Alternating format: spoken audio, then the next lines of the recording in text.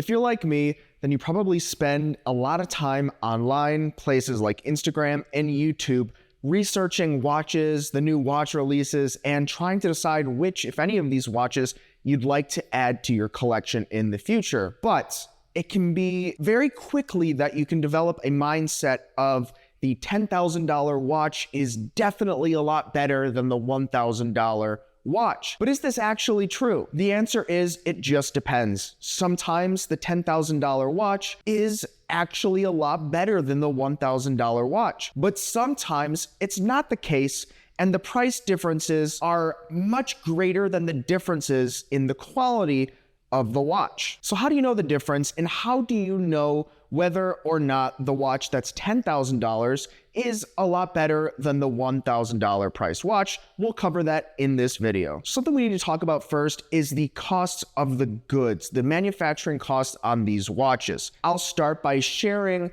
that if you were to go out and start a micro brand, a small brand of watches today, you'd approach one of the handful of factories, the factories that make the bulk of the micro brands out there, and even some of the parts, components, and some of the lower end models from some of the notable brands out there. If you were to approach them for about $600 wholesale cost, if you bought a batch of 150 watches, you'd get a Sellita movement driven watch with a quality material, stainless steel, something in line that you'd be able to sell for maybe $2,000 retail.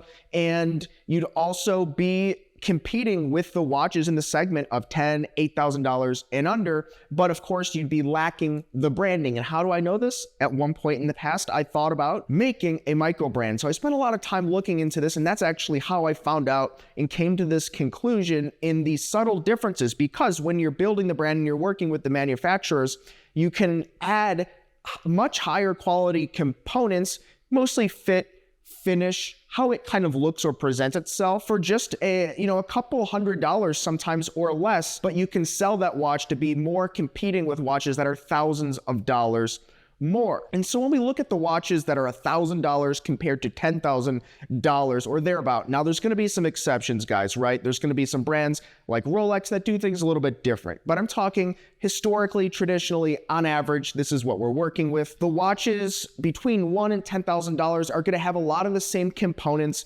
maybe more finished, a little bit more human hand time behind them, finishing the different mixtures and textures of the metal, which is going to add some production costs, but they're going to be able to sell the watch for a lot more. They're using the same metals, the same factories. They're building these watches on the same machines and same components. And so for a few more dollars, maybe they can get a slightly higher quality metal for the hands or cut to a higher level of precision. They'll just dial it in on the machining a little bit higher, but the differences are going to be very subtle in the manufacturing cost compared to the retail price, which is obviously grossly different. So why are some watches $1,000 versus $10,000 when the production costs on average are just not that much higher to produce the $10,000 watch? One major reason is because of the marketing. Think about your favorite watch brands, luxury brands. Who's wearing them? Celebrities. Celebrities that are in big name movies with $60 million budgets or something like that, for example.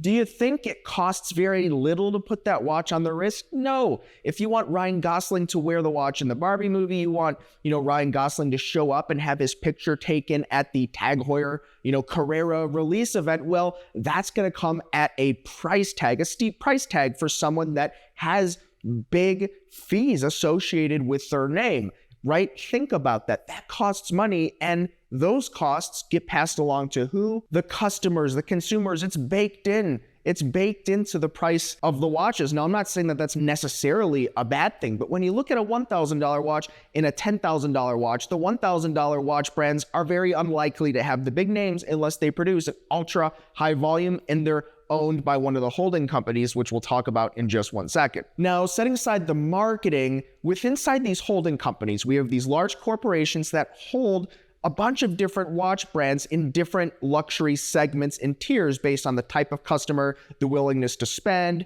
you name it. This is just pricing strategy for corporations of any product. So the watch industry is not an exception. You have LVMH, Swatch Group, Richemont. These holding companies take the different brands, they put a different image on them, they kind of portray them and present them to the different styles, levels, budgets of collectors. And even though they're being produced on a lot of the same machinery or they look very similar, they tweak it a little bit to fit that segment. This is just standard corporate pricing strategy for products. If any of you out there work in this field, you'll know what I'm talking about. But if you look at Swatch Group, for example, you have Omega being closer to the top, but then you have very similar dive watches going down into Longines and further down into Hamilton, for example. So they, of course, we're talking, once again, subtle differences, but they are hitting the customer segments from different angles, but really under one main corporate group, using a lot of the same machinery, components, movements, and a lot of the same, honestly, labor as well. And with the components and with the machinery and the branding, sometimes you'll notice in the pricing segments, the brands and the models will have different certifications, right? COSC chronometer certifications, as well as Matos certifications. Now, these certifications historically have played a pretty big role in watches, and they were used to convey certain timekeeping standards, among other things, but largely collectors look to that for the timekeeping standards. How many collectors are working on the railroads, are being exposed to ultra-high magnetic fields, other things that maybe could come into play. You get the idea. Nonetheless, these standards that exist, they do cost money to certify the watch movements for those ratings, but in an era where everything is made by machine, the precision is ultra high, there's very low error rates when it comes to producing and building these watches. They're made by robots a lot of the times, so there's not a big error rate. The watch is going to keep great time, and I've talked about this in the past. If you buy, a $200 Seiko watch, in theory, it could keep just as great time as a $10,000 Rolex because precision machining is so advanced today. It's not, the early 1900s where all these things were being stamped and kind of made and chiseled out by hand. It's all standard. It's all coming out of the machines the same way, and it's going to keep great time. They may not give you that guarantee with the standard having a COSC certification, but in actual practice, it's very likely going to keep phenomenal time within a second of a COSC certified watch. And it's not just the certification, the timekeeping ability of the watch that is negligible. It also comes down to just how much quality kind of comes off of the watch on your wrist. Like I have a Vacheron on my wrist today. By the way, I'm not necessarily against higher end watches, don't get me wrong. I'm just trying to kind of approach this from a more, objective standpoint. When I look at this on my wrist, it looks pretty much like a $2,000 watch would look on my wrist, even with the sunlight hitting it a certain way. But under a loupe, I'm going to be able to tell that it's a little bit higher quality. There's going to be, less rougher edges. It's going to be higher polish, fit, and finish. And so, it kind of begs the question, and it's just some food for thought. When you're looking at buying a watch, $1,000 versus $10,000 watch, if you're not looking at it from under a loupe, is that extra precision really worth it to you? And last, if you want to know the true value or the market value of a watch, look to the pre-owned market, look to the gray market, look on the platforms like eBay, Chrono24, try to find sold listings, see what the watches are actually being sold for and traded, removing the marketing budgets, removing the incentives and the interests of the corporations that are pushing the watches and need to move a certain number of units. Look to see actually what these things trade for out on the open market, and that will give you a much better idea of what the watch is actually worth, right? Because if we're talking about values and worth of an item in a watch, it's really what someone's willing to pay you for it, not what you paid for it, because that's where the value comes from. You're not a watch dealer, you're not an authorized dealer, you're a collector. And so if you want to know the value of the watch, look to the market out there, and the market is going to dictate the value and the price of the watch. So in summation here, it really comes down to a lot of marketing, branding, and positioning of why a $10,000 priced watch is so much more in terms of price compared to a $1,000 price watch, but maybe the difference in quality is not that much. Now, these things could make a lot of difference to the most discerning of collectors,